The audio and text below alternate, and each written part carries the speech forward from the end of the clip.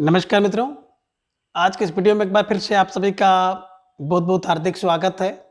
हम आशा करते हैं कि आप सभी स्वस्थ होंगे, मस्त होंगे और पूरी तरह से अपनी तैयारी में व्यस्त होंगे। तो मित्रों, आज के इस वीडियो में हम विगत सभी परीक्षाओं में पूछे गए संधि से संबंधित सभी प्रश्नों को व्याख्यात्मक तरीके से हल करेंगे और उन्हें ट्रिक की सहायता से याद करने का भी प्रयास करेंगे। तो जैसा कि स्क्रीन पर आप देख पा रहे हैं, संधि भाग 6। अब प्रश्न संख्या 1 है कि अनंत शब्द की सही विधि होगी। अब विधि क्या, अनंत शब्द का एक तरह से आप कह सकते हैं कि संधि विच्छेद क्या होगा। ठीक है ना, जो अनंत शब्द है इसका संधि विच्छेद क्या होगा, सही संधि विच्छेद। विकल्प ए बता रहे हैं अन धन अंत, विकल्प बी अन ना पे हलंत है धन अंत, विकल्प सी आ धन अनंत और विकल्प डी है अनंधनता। तो बिल्कुल निश्चित रूप से अगर देखा जाए तो विकल्प सी और डी तो पूरी तरह से खारिज है, इसका सही होने की कोई चांस ही नहीं है। क्योंकि जब भी किसी शब्द का संधि विच्छेद किया जाता है तो जब भी उसके टुकड़े करें तो दोनों का सार्थक अर्थ होना चाहिए। ठीक है ना, अन और अंत की बात करेंगे तो यहाँ पर आ और यहाँ पे मिलकर के अनानंत हो जाएगा। ठीक है ना, आ और आ के बाद दोनों आ मिलकर के दीर्घा हो जाएंगे, तो इसलिए विकल्प ए भी खारिज हो गया। बचा विकल्प बी अन धन अंत बराबर अनंत। बात करें तो यहाँ पर देखिए है ना, व्यंजन है, ना में बिल्कुल स्वर नहीं है और यहाँ पे आ है, तो आ जाकर के ना में मिल जाता है, ना पूर्ण हो जाता है और शब्द बन जाता है अनंत, है ना। संधि की बात करते हैं तो संधि यहाँ पर व्यंजन संधि, इसे ध्यान में रखिएगा। और प्रश्न संख्या 1 का विकल्प बी को आप सही करिएगा। ठीक है, चलिए अगला प्रश्न संख्या 2 है कि प्रत्यक्ष में संधि है, यानी कि प्रत्यक्ष शब्द में कौन सी संधि है, संधि का नाम आपको बताना है। तो बिल्कुल सबसे पहले तो प्रत्यक्ष जो शब्द है इस संधि है, इसका विच्छेद कर लीजिए। प्रति धन अच्छ, है ना, अच्छ, प्रति धन अच्छ की बात करेंगे तो शब्द बनेगा प्रत्यक्ष। ई और आ मिलके या हो जाएगा और शब्द आपका बन जाएगा प्रत्यक्ष। प्रतिधन अच्छ, प्रतिधन अच्छ, है ना, प्रतिधन अच्छ, अच्छ बराबर प्रत्यक्ष, है ना। तो ध्यान में रखिएगा, इसका मतलब ई और आ मिलके या हो जाता है और जिस संधि में आप पढ़े होंगे ई और या मिलके या हो जाता है वो संधि आपकी हो जाती है एण संधि। तो प्रश्न संख्या 2 का विकल्प डी एण संधि इज राइट आंसर। गुण संधि में क्या होता है, आ और ई मिलकर के ए, आ ओ आर ई अर होते हैं। दीर्घ में क्या होता है, सवर्ण स्वर अगर मिल जाते हैं तो दोनों स्वर मिलकर के क्या हो जाता है, दीर्घ स्वर होता है। अयाद में एचो अयावा होता है, ए का अय, ओ का ए का अय, ओ का औ, अय का आय, औ का आव होता है, इसे ध्यान में रखिएगा। ठीक है ना, तो प्रश्न संख्या 2 का आपने विकल्प डी एण संधि इज राइट आंसर, इसे ध्यान में रखिएगा। ठीक है, आगे प्रश्न संख्या 3 है कि दो निकटवर्ती वर्णों के परस्पर मेल से जो परिवर्तन होता है उसे क्या कहते हैं, है ना। कि दो वर्ण हो, वर्ण माने होता है अक्षर, और दो अक्षर जब मिल जाते हैं उनके मिलने से, मेल से जो परिवर्तन होता है, जो विकार होता है, उसे क्या कहते हैं। विकल्प ए कह रहे हैं समास, विकल्प बी संधि, विकल्प सी कारक और विकल्प डी उपसर्ग। तो बिल्कुल दो वर्णों के मेल से क्या होता है, जो परिवर्तन या विकार होता है उसे संधि कहते हैं। ठीक है ना, संधि की परिभाषा यही है कि संधि क्या है, दो वर्णों के मेल से जो परिवर्तन या विकार होता है उसे संधि कहते हैं। अब ये दो वर्ण या अक्षर कौन होते हैं, तो पहले शब्द का अंतिम और दूसरे शब्द का प्रथम वर्ण जो होता है, इन्हीं दोनों वर्णों में मेल होता है। जैसे आपने एक शब्द कहा कि राम धन आयन, है ना, तो यहाँ पे देखिए पहला शब्द राम है, राम में माँ का आ और यहाँ पर आ, है ना, ये दोनों, तो पहले शब्द का अंतिम वर्ण, दूसरे शब्द का पहला वर्ण, ये दोनों वर्ण मिलकर के क्या करते हैं, परिवर्तन या विकार करते हैं, उसी को संधि कहते हैं। समास में दो पदों का मेल होता है ना, दो पद पास पास आते हैं और बीच में जो विभक्ति कारक चिन्ह आदि हैं उनका लोप हो जाता है, उसे समास कहते हैं। ठीक है ना, इसे ध्यान में रखिएगा। और प्रश्न संख्या 3 का विकल्प बी संधि इज राइट आंसर। प्रश्न संख्या 3 है कि दुष्प्रकृति शब्द का संधि विच्छेद होगा। दुष्प्रकृति, बिल्कुल विकल्प ए कह रहे हैं दुष्धन प्रकृति, विकल्प सी, विकल्प बी है दुह धन प्रकृति, विकल्प सी दुष्य धन प्रकृति और विकल्प डी है दुष्प्रय धन कृति। तो बिल्कुल सही समझ रहे हैं। विकल्प आप जाएंगे प्रश्न संख्या 4 पर तो आपको एक रूप ये दिखाई देगा, आपको दूसरा रूप ये दिखाई देगा। लेकिन हमेशा ध्यान में रखिएगा, दुह माने होता है बुरी, प्रकृति माने होता है प्रकृति, है ना। तो विकल्प में क्या, आपको अगर दुह मिल जाए तो आप इसको करिएगा, अगर दुह नहीं है तब आप इसको कर सकते हैं, क्योंकि इसी विसर्ग का सा हो जाता है और सा से होकर के बन जाता है दुष्प्रकृति। ठीक है ना। तो प्रश्न संख्या 4 का विकल्प बी इज राइट आंसर। ठीक है ना। और देखिए यहाँ पे विसर्ग में परिवर्तन हो रहा है तो ये संधि जो होगी विसर्ग संधि होगी, इसे ध्यान में रखिएगा। ठीक है ना। अब विसर्ग के बाद चाहे स्वर आए चाहे व्यंजन आए, विसर्ग का परिवर्तन होता है। ठीक है। चलिए प्रश्न संख्या 5 है कि प्रतिधन आरोपण, प्रतिधन आरोपण में देखा जाए संधि रूप होगा। बिल्कुल विकल्प कह रहे हैं प्रतिधन आरोपण, प्रतिरोपण, विकल्प सी प्रत्यारोपण और विकल्प डी है प्रति आरोपण। तो बिल्कुल सही समझ रहे हैं, यण संधि होगी, रूप बनेगा प्रतिधन आरोपण बराबर प्रत्यारोपण। इसी ई के स्थान पर या हो जाएगा और यहाँ पे प्रा हो जाएगा, आधा ता हो जाएगा, यहाँ पर आ की मात्रा लग जाएगा, शब्द बनेगा प्रत्यारोपण। यह संधि ध्यान में रखिएगा। क्या होगा, शब्द बनेगा प्रत्यारोपण, संधि का नाम होगा यण संधि, ध्यान में रखिएगा। ठीक है। प्रश्न संख्या 6 है कि दैत्य धन अरि बराबर दैत्यारी एक उदाहरण है किस संधि का। दैत्य धन अरि बराबर होता है दैत्यारी, आ और आ मिलकर के दीर्घ आ हो रहे हैं। बिल्कुल क्या होगा, स्वर संधि। कौन सी, दीर्घ स्वर संधि, दिमाग में रखिएगा, दीर्घ स्वर संधि। तो प्रश्न संख्या 6 का विकल्प बी स्वर संधि का उदाहरण है, इसे ध्यान में रखिएगा। ठीक है। चलिए आगे प्रश्न संख्या 7 है कह धन अपि की संधि होगी। कह धन अपि, कह धन अपि की संधि होगी। विकल्प ए कपि, विकल्प बी कपि है, विकल्प बी कर्पि और विकल्प डी है कॉपी है। क्या होगा, को अपि। तो बिल्कुल कह जो विसर्ग के स्थान पर क्या हो जाएगा, ओ हो जाता है और आ के स्थान पर खंडाकार आ हो जाता है और शब्द बन जाता है को अपि। ध्यान में रखिएगा, संधि कौन है, विसर्ग संधि है, इसे ध्यान में रखिएगा। ठीक है ना। तो निश्चित रूप से आप इसको सही समझ गए होंगे कि है ना, कह धन बराबर को अप, ध्यान में रखिएगा। प्रश्न संख्या 8 है कि यदि ए ऐ ओ तथा औ के बाद कोई भिन्न स्वर आता है तो इनके स्थान पर क्रमतः ऐ आय औ आव हो जाता है, यह संधि कौन सी है। बिल्कुल अभी हमने चर्चा किया था, क्या, विकल्प डी आयाद संधि है ना। तो क्या ऐ का ऐ, आय औ आय, है ना, यानी कि ए का ऐ और आय का आय, ओ का औ का आय हो जाता है। तो बिल्कुल संधि आयाद संधि होती है, ध्यान में रखिएगा। और प्रश्न संख्या 8 का विकल्प डी को सही करिएगा। ठीक है। चलिए प्रश्न संख्या 9 है कि विद्याभ्यास का संधि विच्छेद क्या होगा। विकल्प ये कह रहे हैं विद्याधन अभ्यास, विकल्प बी विद्या विधधन अभ्यास, विकल्प सी विद्याधन अभ्यास और विकल्प डी है विद्याधन अभ्यास। तो बिल्कुल सही समझ रहे हैं। प्रश्न संख्या 9 का विकल्प सी होगा, विद्याधन अभ्यास बराबर हो जाएगा विद्याभ्यास, है ना। यहाँ पे दीर्घा, यहाँ पे हरस्वा और हरस आ और दीर्घा, यानी कि दोनों सवर्ण है और सवर्ण का आप पढ़े हैं कि हरस या दीर्घ हो, दोनों के स्थान पर दीर्घ हो जाता है तो संधि होगी, है ना, दीर्घ संधि। रूप बनेगा विद्याभ्यास, ध्यान में रखिएगा। ठीक है। प्रश्न संख्या 10 है हिमालय का सही संधि विच्छेद होगा। बिल्कुल सही समझ रहे हैं, हिम धन आलय, हिम धन आलय, बल्कि देखिए शुद्ध है, ये शब्द पूछ रहा है विद्यालय, है ना। हिम का हिमालय का होता है हिम धनालय, तो विद्यालय का क्या होगा, तो विद्यालय का सही संधि विच्छेद होगा विद्या धन आलय, विद्या धनालय। विद्या माने विद्या का, आलय माने घर, क्या होगा, विद्यालय। इसे ध्यान में रखिएगा और प्रश्न संख्या 10 को आप दिमाग में बैठा लीजिएगा कि विद्या धनालय बराबर विद्यालय। ठीक है। तो प्रश्न संख्या 10 का विकल्प ए इज राइट आंसर। प्रश्न संख्या 11 है कि जगन्नाथ में कौन सी संधि है। बिल्कुल जगत धननाथ बराबर जगतनाथ, जगत धननाथ बराबर जगन्नाथ, ध्यान में रखिएगा, है ना। बिल्कुल व्यंजन संधि है, इसे ध्यान में रख लीजिएगा। व्यंजन जगत, ता में हलंत है, नाथ, ता का ना हो जाता है जगन्नाथ। ठीक है, ध्यान में रखिएगा। प्रश्न संख्या 12 है उद्योग का संधि होगा उत धन योग, उत धन योग, ता का दा हो जाता है, शब्द बन जाता है उद्योग, इसे ध्यान में रखिएगा। और प्रश्न संख्या 12 का विकल्प ए को सही करिएगा, उत धन योग बराबर उद्योग, संधि का नाम हो जाएगा व्यंजन संधि। ठीक है। चलिए आगे प्रश्न संख्या 13 है कि प्रत्येक का संधि विच्छेद। अभी आप देखे हैं कि प्रतिधन एक बराबर प्रत्येक, प्रतिधन एक बराबर प्रत्येक होगा, संधि यण संधि होगी, ध्यान में रखिएगा। और प्रश्न संख्या 13 का विकल्प बी को सही करिएगा।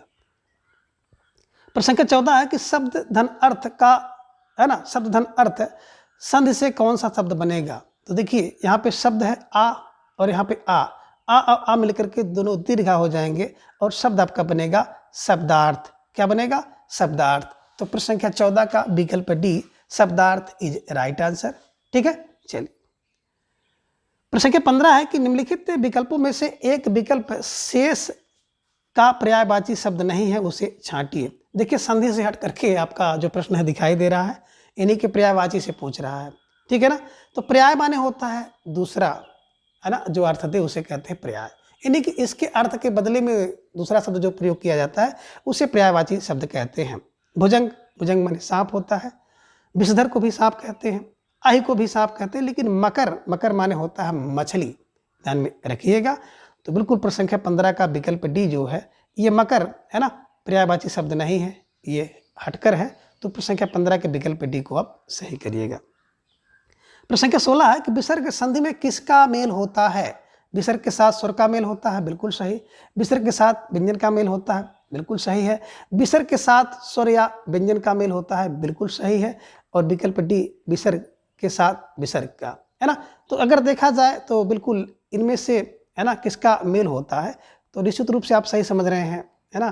तो विसर्ग संधि में क्या होता है, विसर्ग के साथ स्वर का भी मेल होता है और व्यंजन का मेल होता है।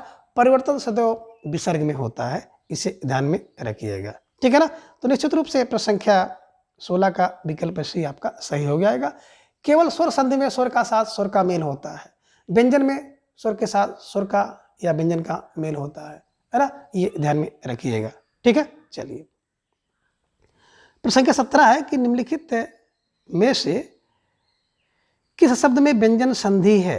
अब पूछ रहे हैं किस संधि में व्यंजन संधि है। विकल्प ए परम धन अणु बराबर परमाणु। विकल्प बी शरण धन अर्थी शरणार्थी। कारा धन वास कारावास। तत् धन लीन बराबर तल्लीन। तो बिल्कुल आपने सही समझा। प्रश्न संख्या 17 का विकल्प डी यहाँ पर क्या है, व्यंजन संधि से ध्यान में रखिएगा। तत् धन ली बराबर तल्लीन। ता के बाद ला आता है तो ता का भी ला हो जाता है। तत् धन लीन, है ना, ध्यान में रखिएगा, तल्लीन। ठीक है, चलिए। प्रश्न संख्या 18 है कि निम्नलिखित विकल्पों में से देवालय शब्द का संधि विच्छेद कीजिए। देवालय की बात करें तो बिल्कुल देवधन आलय बराबर देवालय। देव माने देवता का, आलय माने घर है जो, उसे कहते हैं देवालय।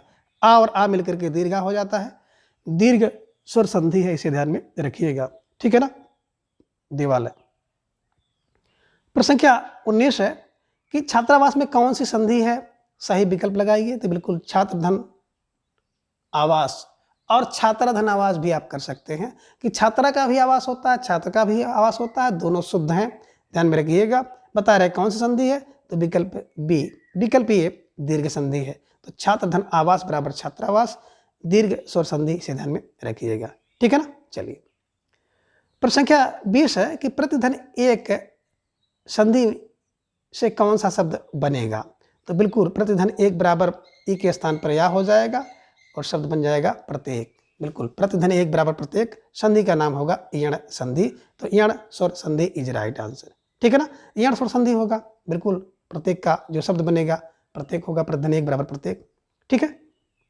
20 है उल्लंघन शब्द का संधि विच्छेद किए। तो बिल्कुल अभी आपने देखा, जैसे तत्धन लीन आपने देखा तल्लीन, उसी तरह से बिल्कुल उत्धन लंघन बराबर हो जाएगा उल्लंघन, उत्धन लंघन। तो ता के बाद ला आए तो ता का भी ला हो जाता है, ध्यान में रखिएगा। संधि कौन सी है, विसर्ग संधि है। नियम क्या है, ता के बाद अगर ला नियम ला आ जाए तो ता का भी ला हो जाता है, ध्यान में रखिएगा। और प्रश्न संख्या 21 का विकल्प बी, है ना, उत्धन लंघन इज राइट आंसर। प्रश्न संख्या 22 है निराकार का संधि विच्छेद होगा, है ना, निरा आकार, ध्यान में रखिएगा। तो निर्धन आकार, निर्धन आकार। विकल्प ए कह रहे हैं निधन आकार, विकल्प बी निर्धन आकार, विकल्प सी निराधन आकार और विकल्प डी है निराका धनकार। अब देखें यहाँ पे निराकार, निराकार, निरकार, निराकार, निराकार, ध्यान में रखिएगा। तो इसका अगर देखा जाएगा संधि विच्छेद होता है निह धन आकार, है ना। तो निह माने नहीं है, जिसका आकार उसे कहते हैं निराकार, है ना। और इसी निह के स्थान पर क्या हो जाता है, विसर्ग का लोप हो जाएगा, शब्द बनेगा, विसर्ग का रा हो जाता है, रा में आ जुड़ जाएगा, शब्द बनेगा निराकार, ध्यान में रखिएगा। विसर्ग संधि है ना। तो प्रश्न संख्या बिल्कुल 22 का विकल्प ए इज राइट आंसर।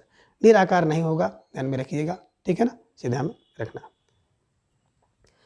प्रश्न संख्या 23 है कि स्वर संधि का उदाहरण निम्नलिखित में से कौन सा है। इनमें एक स्वर संधि का उदाहरण है, बिल्कुल, है ना, कौन, रमा धन ईश बराबर रमेश, रमा धन ईश बराबर रमेश, गुण स्वर संधि है। रमा, है ना, कह रहे कि रमा धन राम धन आधार, रामा आधार, उत धन लंघन उल्लंघन, प्रत धन उपकार प्रत्युपकार।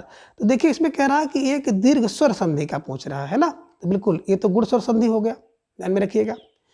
ये हो गया उत्थन लंघन, उल्लंघन हो गया बिल्कुल उद्दंगन विसर्ग संधि।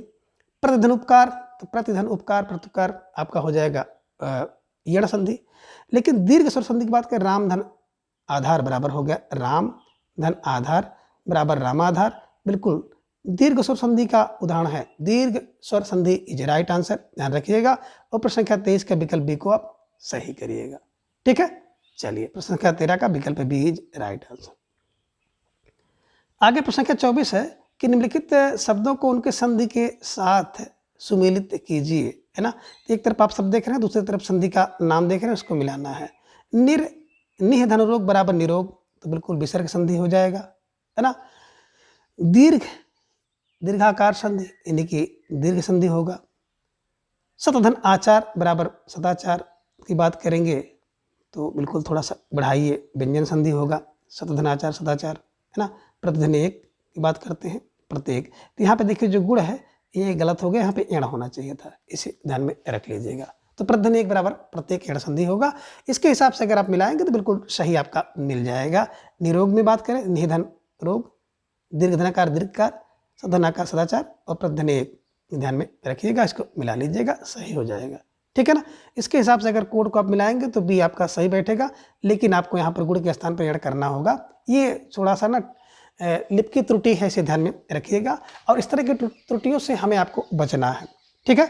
चलिए आगे प्रश्न संख्या 25 है कि यदि आ या आ के बाद या ह्रस्व आ या दीर्घ आ के बाद ह्रस्व ई या दीर्घ ई आए तो दोनों मिलकर ए हो जाता है, यह स्वर संधि कहलाती है। बिल्कुल आ और ई मिलकर के ए हो जाए तो बिल्कुल गुण होता है, तो विकल्प सी गुण स्वर संधि इज राइट आंसर। दीर्घ में क्या होता है, जब समान वर्ण वाले स्वर मिल जाते हैं तो दीर्घ स्वर हो जाता है। वृद्धि में क्या होता है, ए ऐ ओ औ हो जाता है। आयादि में बिल्कुल ए ऐ आय ओ औ आय होता है, इसे ध्यान में रखिएगा, ठीक है। तो प्रश्न संख्या 25 का विकल्प सी गुण स्वर संधि इज राइट आंसर। प्रश्न संख्या 26 है अनंत की सही संधि विच्छेद होगा।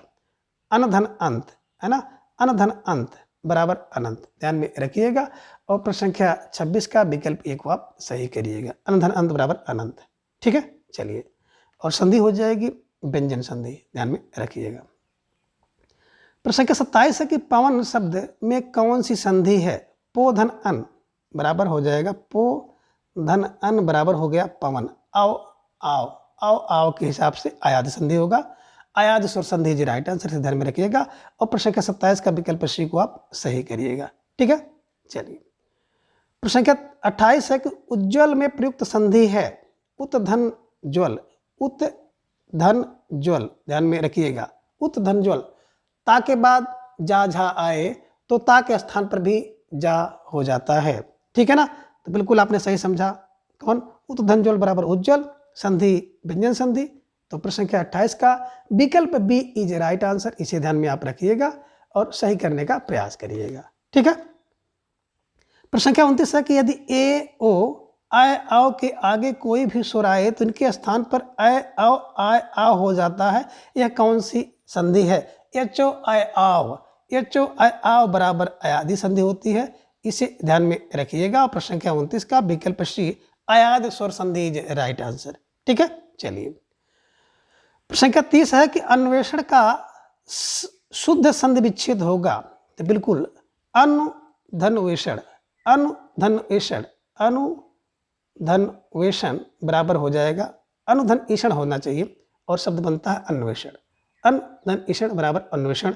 तो अनु उ का वा हो जाता है और ई का ए हो जाता है, शब्द बन जाता है अन्वेषण, इसे ध्यान में रखिएगा। और प्रश्न संख्या जो 30 है, 30 के विकल्प को अगर देखेंगे तो अनुधन ये सही होगा, ऐषण, अनुधन ऐषण होगा, ये क्षण ध्यान में रखिएगा। विकल्प डी को आप सही कर लीजिएगा, अनुधन ऐषण बराबर अन्वेषण। ठीक है, चलिए प्रश्न संख्या 31 है कि यण संधि का संबंध किस संधि से है? तो बिल्कुल आप सही समझ रहे हैं, यण संधि जो है स्वर संधि का एक भेद है ना। स्वर संधि जब स्वर के साथ स्वर का मेल होता है उसे स्वर संधि कहते हैं। स्वर संधि के 5 भेद हैं, है ना। तो बिल्कुल हरस संधि, दीर्घ संधि, अयाद संधि, आपका गुण संधि और यण संधि और उसी में वृद्धि संधि। ठीक है ना, ध्यान में रखिएगा। तो स्वर संधि, यण संधि जो है स्वर संधि का एक भेद है। प्रश्न संख्या 32 है कि नवोढ़ा का संधि विच्छेद होगा। नवधन ऊढ़ा बराबर होता है नवोढ़ा, नवधन ऊढ़ा बराबर नवोढ़ा होता है। ऊ में आ है, आ और ऊ मिलकर के हो जाता है ओ और शब्द बनता है नवोढ़ा। ध्यान में रखिएगा। गुण स्वर संधि प्रश्न संख्या 32 का विकल्प सी दिमाग में रख लीजिएगा और उसको सही करने का प्रयास करिएगा। गुण स्वर संधि राइट आंसर। आगे है प्रश्न संख्या 33 है कि पवन का शुद्ध संधि विच्छेद होगा। पोधन अन बराबर हो जाएगा पवन, है ना। ओ का अ हो जाता है, शब्द बनता है पवन। पवन ध्यान में रखिएगा। पोधन अन बराबर पवन, ये जो अयावस है अयाद संधि है। ठीक है, पोधन अन। प्रश्न संख्या 33 का विकल्प ये इज राइट आंसर। प्रश्न संख्या 34 है कि किंग कर्तव्य विमूढ़ शब्द का सही अर्थ है। अब देखिए मित्रों, संधि से हटकर प्रश्न आ गया है। ठीक है ना। तो किंग कर्तव्य विमूढ़ का मतलब होता है कि जिसे यह ना सूझ पड़े कि अब क्या करना चाहिए। किंग कर्तव्य विमूढ़, किम माने क्या, कर्तव्य माने कर्तव्य करना चाहिए, विमूढ़ हो जाए, है ना, उसे सूझना पड़े कि अब क्या करना चाहिए, यानी कि जिसे यह ना सूझ पड़े कि अब क्या करना चाहिए, उसे हम लोग कहते हैं किंग कर्तव्य विमूढ़, है ना। जाके कहीं बैठ जाओ और आगे ना जाओ ना पीछे जाओ, सोच ही ना पाओ क्या करना चाहिए, उसे कहते हैं किंग कर्तव्य विमूढ़। ठीक है, चलिए प्रश्न संख्या 35 है कि अंत्यज शब्द का सही अर्थ है। अंत्यज शब्द के सही अर्थ की बात करें तो बिल्कुल जिसका जन्म अंत, अंत माने नीच या निम्न, जिसे आप कह सकते हैं अछूत वर्ग में हुआ हो, उसे कहते हैं अंत्यज। ठीक है ना। तो बिल्कुल प्रश्न संख्या 35 का विकल्प सी को आप सही करिएगा। ये भी देखिए वाक्यांश के लिए एक शब्द से प्रश्न आ गया है, ध्यान में रखिएगा। ठीक है, प्रश्न संख्या 36 है कि बहुज्ञ शब्द का, है ना, सही अर्थ है। अब बहु का मतलब है जो बहुत जानता है, तो जो बहुत जानकार हो उसे बहु कहते हैं, इसे ध्यान में रह गया। बहु माने बहुत, ज्ञा माने जानने वाला, जो बहुत जानकार है उसे बहुज्ञ कहते हैं, इसे ध्यान में रखिएगा। प्रश्न संख्या 37 है कि सही संधि विच्छेद का चयन कीजिए। इनमें सही संधि विच्छेद का चयन करना है तो देखें, सबसे पहले बी धनार्थी होता ही नहीं, विद्या धनार्थी, है ना, और विद्या धन आर्थी और विद्या धन थी। तो बिल्कुल यहाँ पे देखेंगे ये शब्द है विद्या धन अर्थी। विद्या माने विद्या को, अर्थी माने चाहने वाला, और आ मिलकर के दीर्घा हो जाता है, शब्द बनता है विद्यार्थी, है ना। तो बिल्कुल प्रश्न संख्या 37 का विकल्प बी इज राइट आंसर, इसे ध्यान में रखिएगा। विद्या प्लस अर्थी बराबर विद्यार्थी। ठीक है, चलिए आगे प्रश्न संख्या 38 है कि यद्यप का संधि विच्छेद यदि धन अप बराबर हो जाता है यद्यप, यदि धन अप ई और आ मिलके या हो जाता है और शब्द बनता है यद्यप। बिल्कुल गुण स्वर संधि है, इसे ध्यान में रखिए। आ मिलके या हो जाता है यड़ संधि है, इसे ध्यान में रखिएगा। यड़ स्वर संधि, है ना। विच्छेद यदि धन अप, यदि धन अप, ध्यान में रखिएगा। ठीक है, चलिए प्रश्न संख्या 38 है कि सूर्योदय का संधि विच्छेद होगा। सूर्योदय बिल्कुल आप सही समझ रहे हैं। आ ओ मिलके ओ, आ ओ मिलके ओ हो जाता है गुण संधि। सूर्य धन उदय बराबर सूर्योदय, सूर्य धन उदय बराबर सूर्योदय, भाग धन उदय बराबर भाग्योदय, इसे ध्यान में रखिएगा। महाधन उत्सव बराबर महोत्सव, पदुधन उत्सव उत्सव, ध्यान में रखिएगा। तो सूर्य धन उदय बराबर सूर्योदय, ध्यान में रखिएगा। और प्रश्न संख्या 39 का विकल्प बी को सही करिएगा। ठीक है, चलिए आगे प्रश्न संख्या 40 है कि किस संधि में स्वरों का परिवर्तन या रा ला वा में होता है। बिल्कुल या रा ला वा बराबर यण संधि, या रा ला वा बराबर, यारों में लब हो जाएगा तो यण संधि होगी, यण संधि, या व र ला, ध्यान में रखिएगा। और प्रश्न संख्या बिल्कुल 40 के विकल्प को सही कीजिएगा। ठीक है ना, चलिए प्रश्न संख्या 41 है नायक का सही संधि विच्छेद होगा। नायक तो बिल्कुल ने धन आक, ने धन आक, तो बिल्कुल नय धन आक होगा। ने धन आक होता तो नयक होता, लेकिन नय धन अक बराबर हो जाएगा नायक, नय धन अक बराबर नायक। तो प्रश्न संख्या बिल्कुल 41 का विकल्प डी, नय धन अक बराबर नायक, आय का आय हो जाता है नायक। ठीक है, ध्यान में रखिएगा। प्रश्न संख्या 42 है कि दुर्जन का संधि विच्छेद होगा, दुह धन जन बराबर हो जाएगा दुर्जन, विसर्ग संधि, इसे ध्यान में रखिएगा। ठीक है, चलिए आगे। प्रश्न संख्या 43 है कि उज्जवल के 4 संधि विच्छेद दिए गए हैं, सही का चयन आपको करना है। तो बिल्कुल उत धन ज्वल, जहां पर देखिए उत धन ज्वल हो उसे ध्यान में रखिएगा। और प्रश्न संख्या 43 का विकल्प भी उत धन ज्वल बराबर उज्जवल, ध्यान में रखिएगा, ताकि स्थान पर जा हो जाता है। ठीक है, चलिए प्रश्न संख्या 44 है रीति धन अनुसार संधि के बाद क्या बनेगा। तो बिल्कुल आप सही समझ रहे हैं, रीत्य अनुसार ध्यान में रखिएगा, है ना। रीत्य अनुसार ई के बाद या आने से ई का या हो जाता है, ईण संधि होगी और शब्द बनेगा रीत्य अनुसार। तो प्रश्न संख्या 44 का विकल्प डी रीत्य अनुसार इज राइट आंसर। आगे है प्रश्न संख्या 45 है कि अनविच्छा का संधि विच्छेद है, अनुइच्छा, बिल्कुल अनुधन इच्छा, अनुधन इच्छा, ऊ का अवा हो जाएगा, ऊ का अवा, इसे ध्यान में रखिएगा। तो अनुधन इच्छा बराबर हो जाएगा अनु इच्छा, क्या हो जाएगा अनु इच्छा, ध्यान में रखिएगा अनुइच्छा। ठीक है, तो प्रश्न संख्या 45 का विकल्प है ना, सी इज राइट आंसर। आगे प्रश्न संख्या 46 है कि इनमें से किस शब्द में यण संधि है, यण संधि की बात कर रहे हैं, किस में यण संधि है। तो दंत धन ओष्ठ, दंतोष्ठ हो गया, ये तो भैया वृद्ध हो गया। बसंत धन ऋतु, बसंत ऋतु हो गया। देवी धन आगमन, देव्यागमन, ई का या हो गया, बिल्कुल, तो इसी में यण संधि है ना। और यहाँ पे देखिए मत धन उन्मत, मदोन्मत, इसे ध्यान में रखिएगा, गुण संधि है। तो निश्चित रूप से अगर बात की जाए प्रश्न संख्या 46 की, तो विकल्प सी में यण संधि है, देवी धन आगमन बराबर दिव्यागमन। ठीक है, चलिए प्रश्न संख्या 47 है कि अत्यावश्यक में संधि विच्छेद होगा। तो अति धन आवश्यक बराबर हो जाएगा अत्यावश्यक, यण संधि है, ध्यान में रखिएगा। ठीक है ना। और देखिए मित्रों, आप लोग देख रहे हैं कि यण संधि से संबंधित बार बार प्रश्न आपकी परीक्षा में पूछा जा रहा है।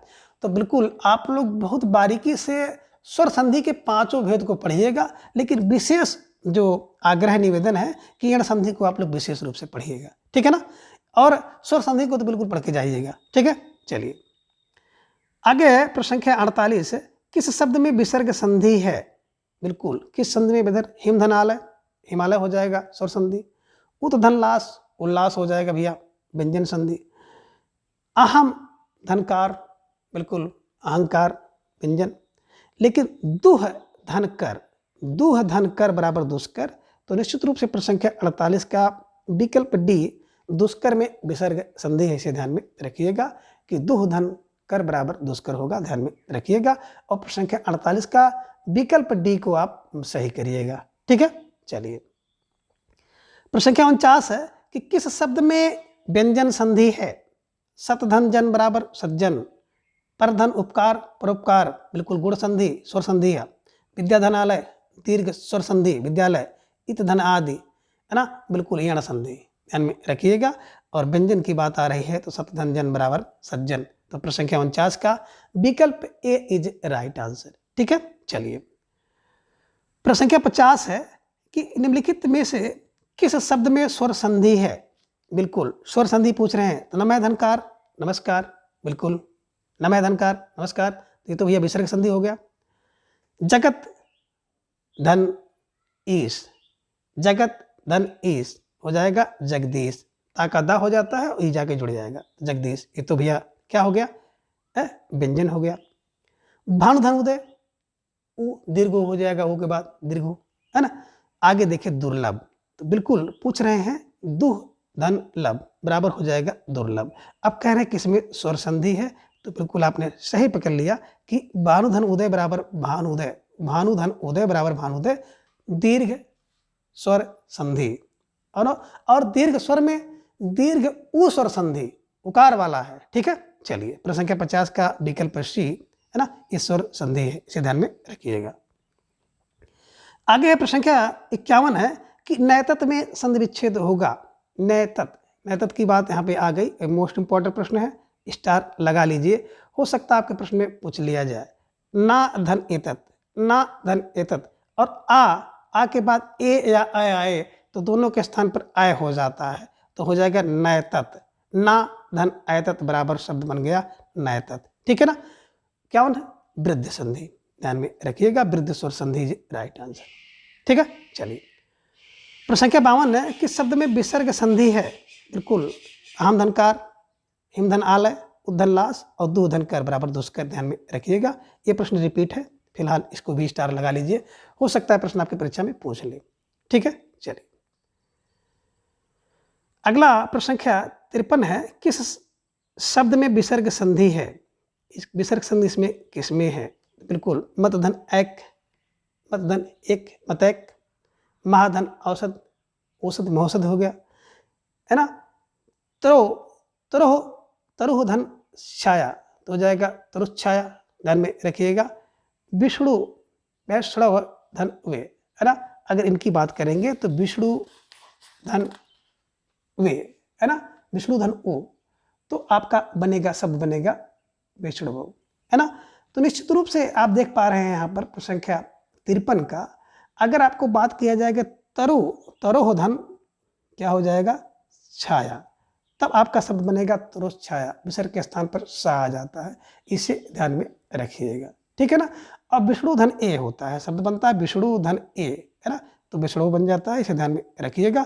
निश्चित रूप से प्रश्न संख्या 53 का विकल्प सी, है ना, तरो, तरो धन छाया बराबर हो गया तुरुष छाया, विसर्ग संधि है। ठीक है, चलिए आगे प्रश्न संख्या 54 है कि अपिच्छते का संधि विच्छेद होगा। अप धन इच्छते, ध्यान में रखिएगा, अप धन इच्छते, निश्चित रूप से प्रश्न संख्या 54 का विकल्प डी होगा, अपि धन इच्छते, है ना। और ई मिलकर के दीर्घ हो जाएगा, शब्द बनेगा अपिच्छते, अपिच्छते, अपि धन इच्छते, है ना, ध्यान में रखना होगा। और प्रश्न संख्या 54 को आपको सही करना होगा। प्रश्न संख्या 55 है कि पवन शब्द का संधि विच्छेद होगा। पोधन अन बराबर पवन, ओ का अ होता है, इसे ध्यान में रखिएगा, तो पोधन अन बराबर पवन। ठीक है, ध्यान में रखिएगा, पोधन अन बराबर पवन, इसे ध्यान में आपको रखना है, आयाद संधि है। ठीक है, चलिए प्रश्न संख्या 56 है कि कल्पनांत, कल्पांत शब्द में कौन सी संधि है। कल्पांत संधि, कल्पांत शब्द में कौन सी संधि है? गुण संधि, एण संधि, दीर्घ संधि और व्यंजन संधि। तो देखिए सबसे पहले तो आप इसको तोड़िए, है ना। शब्द क्या हो गया? कल्प, कल्प धन अंत, और शब्द बनेगा कल्पांत, बिल्कुल दीर्घ स्वर संधि। ठीक है ना। तो प्रश्न संख्या 56 का विकल्प सी हो जाएगा, दीर्घ संधि इज राइट आंसर, इसे ध्यान में आप रखिएगा। और प्रश्न संख्या 57 है कि निष्काम, है ना, का संधि विच्छेद होगा। निधन काम बराबर निष्काम, निधन काम बराबर निष्काम। और प्रश्न संख्या 57 का आपका जो विकल्प होगा, विकल्प बी सही होगा। संधि की बात करते हैं तो इसमें विसर्ग संधि है, इसे ध्यान में रखिएगा। आगे प्रश्न संख्या 58 है कि वीरोचित। अब वीरोचित की बात करते हैं तो इसमें इसका संधि विच्छेद होगा वीर धन उचित, वीर धन उचित, यानी कि वीर के लिए जो उचित है ऐसा काम करना वीरोचित होता है। आ और उ मिलकर के ओ हो जाता है, गुण स्वर संधि, गुण स्वर संधि से ध्यान में रखिएगा।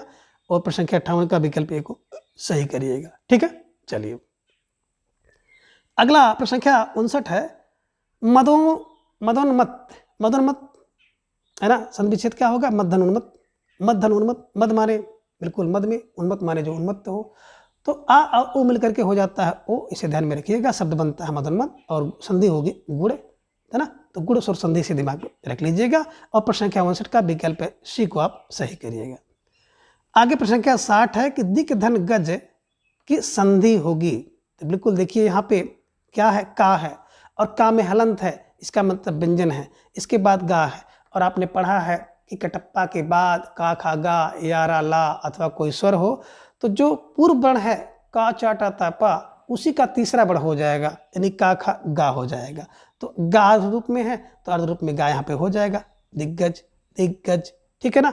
दिक धन गज बराबर दिग्गज, संधि व्यंजन संधि, इसे ध्यान में रखिएगा और प्रश्न संख्या 60 के विकल्प बी को आप सही करिएगा। तो मित्रों, इस प्रकार से आप इन सभी प्रश्नों को आसानी से आत्मसात कर सकते हैं। तो आज के इस वीडियो में बस इतना। अगले वीडियो में फिर हम इसी तरह से किसी एक नए टॉपिक के साथ उपस्थित होंगे। तब तक के लिए धन्यवाद, नमस्कार और बाय।